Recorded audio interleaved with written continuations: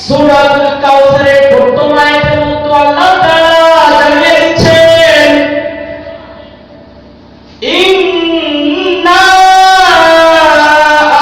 আ'তাইনাকাল কাউসার।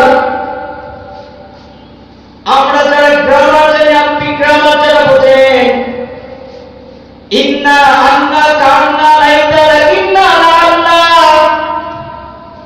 হরফের শব্দ ফেল। এই সূরার শুরুতে আল্লাহ চ্যানেলটি সাবস্ক্রাইব করে আমাদের সঙ্গেই থাকুন। সম্মানিত উপস্থিতি, আল্লাহ রাব্বুল আলামিন পবিত্র কোরআন কারিমের মধ্যে সূরাতুল কাউসার নামে একটি সূরা নাযিল করেছেন। সূরাতুল কাউসারের মধ্যে আল্লাহ তাআলা সাজিয়ে দিয়েছেন, বর্ণনা করে দিয়েছেন আউযু বিল্লাহি মিনাশ শাইতানির রাজীম। বিসমিল্লাহির রাহমানির রাহিম। ইন্না আ'তাইনাকাল কাউসার ফাসাল্লি লিরাব্বিকা ওয়ানহার ইন্না শানি'আকা হুয়াল আবতার। আল্লাহ রাব্বুল আলামিন সূরাতুল কাউসার তিনটি আয়াত নাযিল করেছেন। সূরাতুল কাউসারের প্রথম আয়াতের মধ্যে আল্লাহ তাআলা জানিয়ে দিচ্ছেন ইন্না আ'তাইনাকাল কাউসার। আমরা যারা গ্রামার জানি, আপনি গ্রামার যারা বোঝেন, ইন্না আন্না কান্না লাইতা লাকিন্না আল্লাহ হরফের শব্দ ফেল। এই সূরার শুরুতে আল্লাহ তাআলা ইন্না শব্দ ইউজ করেছেন। নিশ্চয় এটা হবে ইন্না আ'তাইনাকাল কাউসার, নিশ্চয় আমি তোমাকে হাউজে কাউসার দান করেছি। দ্বিতীয় আয়াতের মধ্যে আল্লাহ সুবহানাহু ওয়া তাআলা বলছেন ফাসাল্লি লিরাব্বিকা ওয়ানহার, অতএব তোমার প্রতিপালকের উদ্দেশ্যে তোমরা সালাত আদায় করো, ওয়ানহার নহর করো। সম্মানিত উপস্থিতি, এই নহর মানে হচ্ছে কুরবানি। আল্লাহ তাআলা তার উদ্দেশ্যে সালাত এবং কুরবানি করতে বলছেন। পরায়াতি কারিমের মধ্যে আল্লাহ তাআলা জানিয়ে দিচ্ছেন ইন্না শানি'আকা হুয়াল আবতার। সম্মানিত উপস্থিতি, এখানে ইন্না শব্দ ইউজ করেছেন। ইন্না এটা হবে, এর মধ্যে কোনো সন্দেহ নেই, নিশ্চয়। শানি'আকা হুয়াল আবতার, তোমার প্রতি শত্রুতা বিদ্বেষকারী যারা পোষণ করে তারাই নিবংশ। সম্মানিত উপস্থিতি, এই শেষ নাম্বার আয়াত থেকে যেটা আমরা জানতে পারতেছি, আমার রাসূলের যখন একটা পুত্র সন্তান হয়, এই সন্তান যখন মারা যায়, তখন ওই সময়ে কাফেররা আমার রাসূলকে নিবংশ বলেছিল, আমার রাসূলের সন্তান নেই, নিবংশ বলেছিল।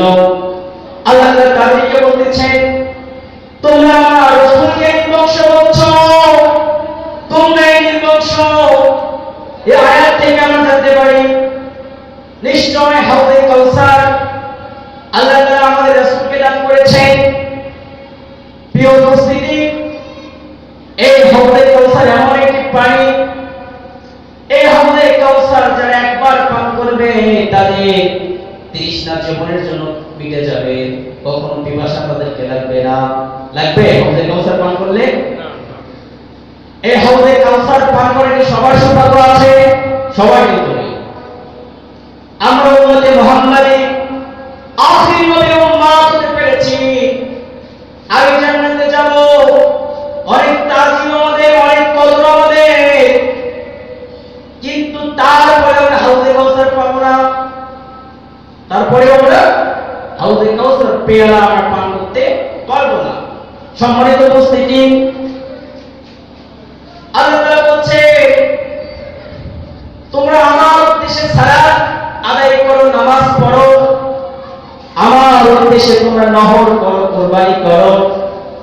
সম্মানিত উপস্থিতি, জিলকদ মাস চলতেছে, জিলকদ মাস চলতেছে, জিলকদ মাসের শেষ দিকে কিছুদিন পরেই কুরবানি হবে। সম্মানিত উপস্থিতি, এই কুরবানি যে আমরা করব এটা কার সুন্নাত? কুরবানি কার সুন্নাত? ইব্রাহিম আলাইহিস সালামের সুন্নাত নাকি মুহাম্মদ রাসূলুল্লাহ সাল্লাল্লাহু আলাইহি ওয়াসাল্লামের সুন্নাত? বলে কথোপকথন হচ্ছে আপনাদের সঙ্গে। কার সুন্নাত? কোন নবী? ইব্রাহিম আলাইহিস সালাম। সম্মানিত উপস্থিতি, আমরা যে কুরবানি করব, নহর করব, নহর মানে কিন্তু কুরবানি। এই কুরবানি করবে সবাই, কবুল কি সবারটা হবে? সবারটা কিন্তু কবুল হবে না। সম্মানিত উপস্থিতি, এই কুরবানি মানে শুধু নাম দেখাবো না, আর যেমন নাচ আমি দেখাবো না। কুরবানি হবে রবের জন্য, নামাজ হবে রবের জন্য। আপনারা যে বাসুদেবপুর হাই স্কুল মাঠে এই কলেজ ময়দানে আজকে আসছেন, আজকে কোরআনের কথা হবে, কোরআনের তাফসীর হবে। এর কিন্তু নিয়ত আছে, আমাদের উদ্দেশ্য কিন্তু একটাই, আল্লাহর সন্তুষ্টির জন্য, আল্লাহর রাজির জন্য, রাসূলের ভালোবাসার জন্য। এটাই আমাদের মাকসাদ, এটাই আমাদের উদ্দেশ্য। ঠিক তেমনি আমরা যে কুরবানিটা করব, এই কুরবানি হচ্ছে আমাদের একটা নফস রয়েছে, একটা কলব রয়েছে। এই কলবটা আমাদের গুনাহ দিয়ে, মাসি দিয়ে দুর্গত হয়ে গিয়েছে।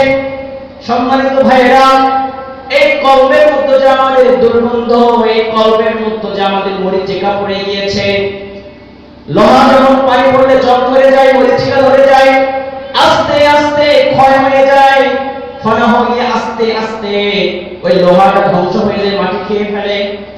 সেরকম আমাদের কলব হয়েছে। প্রিয় ভাইরা, এই কলব নামে একটা বস্তু রয়েছে। এই কলবের মধ্যে আমরা যে গুনাহগুলো করি, এই গুনাহগুলো করতে করতে এত গুনাহ করছি আমরা। আটলান্টিক মহাসাগর রয়েছে, এই আটলান্টিক মহাসাগর চেয়ে আমাদের বেশি গুনাহ। এত গুনাহ যে নিজের গুনাহের কথা যদি নিজের আপন বাবা জানতো, তার ঘর বাড়ি থেকে বের করে দিত। নিজের আপন মা যদি জানতো এই গুনাহ সম্পর্কে, আমাদের নিজের আপন মা নিজের সন্তানের পরিচয় রাখতো না। এই নিজের গুনাহের কথা যদি নিজের কোন টিচার, শিক্ষক জানতো, এই শিক্ষক নিজের পরিচয় দিত না ওই ছাত্রর কাছে। তাহলে দেখেন প্রিয় ভাইরা, এত গুনাহ করতে করতে এই কলব নষ্ট করে ফেলেছি। এই গুনাহ করতে করতে অন্তর শেষ হয়ে গিয়েছে, অন্তরের মধ্যে মরিচিকা ধরে গিয়েছে, অন্তরটা পচে গিয়েছে। কিন্তু আমার আল্লাহ আপনার আমার গুনাহ সম্পর্কে 24 ঘন্টা অবগত আছেন, 24 ঘন্টা জানে আমার বান্দা কোথায় কি গুনাহ করছে। কিন্তু দেখেন প্রিয় ভাইরা, আমার আল্লাহর এত দয়া, এত মায়া বান্দার প্রতি, এত গুনাহ জানার সম্পর্কেও কিন্তু আমার আল্লাহ আমাদেরকে তার দরবার থেকে, তার রহমত থেকে আমাদেরকে কিন্তু তাড়িয়ে দেননি। তাড়িয়ে দিয়েছে। আমরা যে গুনাহগুলো করেছি 12 বছর থেকে এখন আমাদের যে বয়স আছে চলমান, এই গুনাহ সম্পর্কে যদি আমাদের আপন নিজের লোক, রক্তের বন্ধন, পিতা মাতা যদি জানতো, তাহলে কি পরিচয় রাখতো? ভাইরা রাখতো কি? পরিচয় কিন্তু রাখতো না, পরিচয় নষ্ট করে দিত, ছেলের পরিচয় দিত না, বলে আমার ছেলেই নেই। কিন্তু দেখেন আমার দয়ার আল্লাহ সব জানে, 24 ঘন্টা সব জানে। নিরাশ কি তিনি কি আমাদেরকে তাড়িয়ে দিয়েছেন তার দরবার থেকে, যে আপনি গুনাহ করেছেন, আমার দরবারে আসার দরকার নেই, আমার কাছে মাফ চাওয়ার দরকার নেই, আমার কাছে তাওবা করার দরকার নেই? তিনি কি বলেছেন কোন আয়াতের মধ্যে? বলেননি। তিনি বলেছেন আর রুজু, বান্দা ফিরে আসো। আমাদেরকে তিনি আহ্বান করতেছেন, ডাক দিচ্ছেন, বান্দা ফিরে আসো, শয়তানের পথে আছো তুমি, ফিরে আসো। আর রুজু, বান্দা একবার যদি আমাকে আল্লাহ শব্দ ইউজ করো, এই শব্দ ইউজ করলে আমার আল্লাহ বান্দার জন্য একবার নয় 70 বার বান্দাকে বলে, বান্দা তোমার কি চাই? সুবহানাল্লাহ বিহামদি। তাহলে প্রিয় ভাই সব, তাহলে গুনাহ করে কি আমরা নিরাশ হয়ে যাব একেবারে? চিন্তা করব? হ্যাঁ, গুনাহ করলে অনুতপ্ত হতে হবে, অনুতপ্ত, চোখের পানি বের করতে হবে। আমার মা বাবা তো চোখের পানি পছন্দ করে, পানি পছন্দ করে না। অথচ দেখে কেউ মারা গেলে, কেউ যদি মারা যায়, রক্তের বন্ধন, আপনজন, বন্ধু বান্ধব, পাড়া প্রতিবেশী, পরিচিত কোন লোক মারা গেলে কষ্ট আগে কি লাগে না? চোখের পানি বের হয় কি বের হয় না? একটু হলেও কিন্তু বের হয়। দেখে একজন মানুষ মারা গেলে, এটাই দুনিয়ার নীতি, এটাই দুনিয়ার নীতি। সবাইকে চলে যেতে হবে, কেউ থাকবে না, কেউ থাকবে না দুনিয়াতে, সবাই চলে যাবে। তাহলে একজন মানুষ মারা গেলে যতটুকু আমরা কান্না করি, চোখে পানি বের করি, কষ্ট করি, কষ্ট পাই আমরা, কিন্তু দেখেন একজন মানুষ মরে যাবে, এটা নিশ্চয়, এটা সবাইকে যেতে হবে। কিন্তু আপনি আমি যে গুনাহ করতে করতে এই কল্প রয়েছে, দিল নষ্ট করে ফেলেছি, এটার জন্য কি দেখতে কান্না করছিলেন? একদিন করছিলেন ভাইয়া? মুরব্বিরা কান্না করছিলেন? কান্না করতে হবে। আমার আল্লাহ কান্না পছন্দ করে, কান্না বেশি করবে, জান্নাতের পথ নিয়ে আসবে। সম্মানিত উপস্থিতি, কথাটি বলতেছিলাম, আল্লাহ সুবহানাহু ওয়া তাআলা সূরা কাউসারের মধ্যে দ্বিতীয় আয়াতের মধ্যে বলছেন, তোমরা আমার উদ্দেশ্যে নামাজ পড়ো, আমার উদ্দেশ্যে কুরবানি করো। কোন মানুষ দেখা কুরবানি আমার আল্লাহর কাছে পছন্দ হবে না, কোন মানুষ দেখানো সালাত আমার আল্লাহর কাছে পছন্দ হবে না। তাই প্রত্যেকটা কাজ যেটা আমরা করব দুনিয়াতে, তার প্রত্যেকটা কাজ কার জন্য হবে? কার জন্য? আল্লাহর জন্য। আসলে কার জন্য? আজকে শায়েখ মুফতি জসিমউদ্দিন রহমান হাফিজাহুল্লাহ একদিকে বেশি জালেমের কারাগারে ছিল। আপনারা চেনেন না ওনাকে? জসিমউদ্দিন রহমানী হাফিজাহুল্লাহ একদিকে বেশি। তাহলে এই শিক্ষা কার জন্য ছিল? আল্লাহর জন্য। সত্য কথা বলার জন্য, মিথ্যা কথা বলার জন্য? সত্যর পথে অবিচল ছিলেন। সত্যর পথে অবিচল থাকার কারণে আল্লাহর সন্তুষ্টি অর্জনের জন্য তিনি জালেমের কারাগারে এক যুগের বেশি সময় তিনি কারাগারে বন্দী ছিলেন। শুধু তিনি ছিলেন না, আমাদের হৃদয়ের স্পন্দন আল্লামা দেওয়ান হোসেন সাঈদী রাহিমাহুল্লাহ, তিনি কিন্তু এক যুগের বেশি কারাগারে ছিলেন। তাদের ত্যাগ তিতিক্ষা কার জন্য ছিল? আল্লাহর জন্য। আজকে আমাদের সেই শাইখ আসবে, আজকে সরাসরি দেখার আমাদের সাক্ষাৎ হলো, আলহামদুলিল্লাহ খুব ভালো লেগেছে। অক্ষরের একটা আয়োজন, কত বড় একটা আলেম আসছে আমাদের মাঝে, বুঝতে পেরেছেন? বড় একটা আলেম। সম্মানিত উপস্থিতি, যে কথাগুলো আমি বলতেছিলাম কার উদ্দেশ্যে? আল্লাহর উদ্দেশ্যে আসছেন, আল্লাহর উদ্দেশ্যে। আবার এখান থেকে বাসায় ফিরে যাবেন আল্লাহর উদ্দেশ্যে, কিন্তু নেক আমলের উদ্দেশ্যে। সম্মানিত উপস্থিতি, তারা আল্লাহ তাআলার জন্য সালাত, আল্লাহ তাআলার জন্য কুরবানি। এখন আমার প্রশ্ন হলো আপনার কাছে, আমরা যে কুরবানি করব যে হজ মাসের 10 তারিখে, এই কুরবানিটা কার জন্য? একটু এই কথা বলুন সবাই। আপনাদের সেই কথোপকথন হচ্ছে আমার, বুঝতে পেরেছেন? তাহলে যে হজ মাসের 10 তারিখে আমরা কুরবানি করব, এটা কার জন্য? জোরে বলুন, কার জন্য? এত লক্ষ টাকা কুরবানি করে আল্লাহর কাছে কি কোনো রক্ত যাবে, কোনো মাংস যাবে, কোনো হাড় হাড়ি যাবে, কোনো পশম যাবে? আমার আল্লাহর কাছে কোনো কিছু যাবে না। আমার আল্লাহ শুধু এই কলব দেখবেন, আমার বান্দার নিয়ত ঠিক আছে কিনা। প্রিয় ভাইয়েরা, নিয়ত দেখবেন, নিয়ত কেমন আমার বান্দার। যদি এই নিয়তের মধ্যে যোগ্য থাকে, কারো আবার নিয়ত আছে কুরবানি করব গোশত খাওয়ার জন্য, আছে কি নেই? আছে তো, সমাজের মধ্যে আছে, সবাই কিন্তু না, সবাইকে ক্রিকেট করে আমি বলছি। সম্মানিত উপস্থিতি, ইব্রাহিম আলাইহিস সালামের ঘটনা সবাই জানে।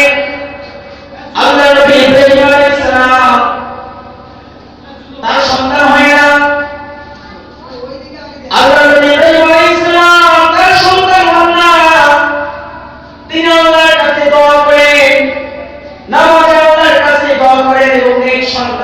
দরকার।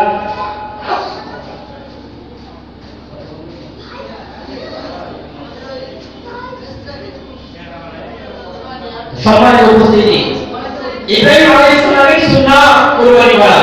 ইব্রাহিম আলাইহিস সালাম যেভাবে ত্যাগ তিতিক্ষা করেছেন আল্লাহর সন্তুষ্টির জন্য, আমরাও সর্বক্ষেত্রে আল্লাহর সন্তুষ্টির জন্য আমরা কাজ করব। তো সম্মানিত উপস্থিতি, বয়ান চলার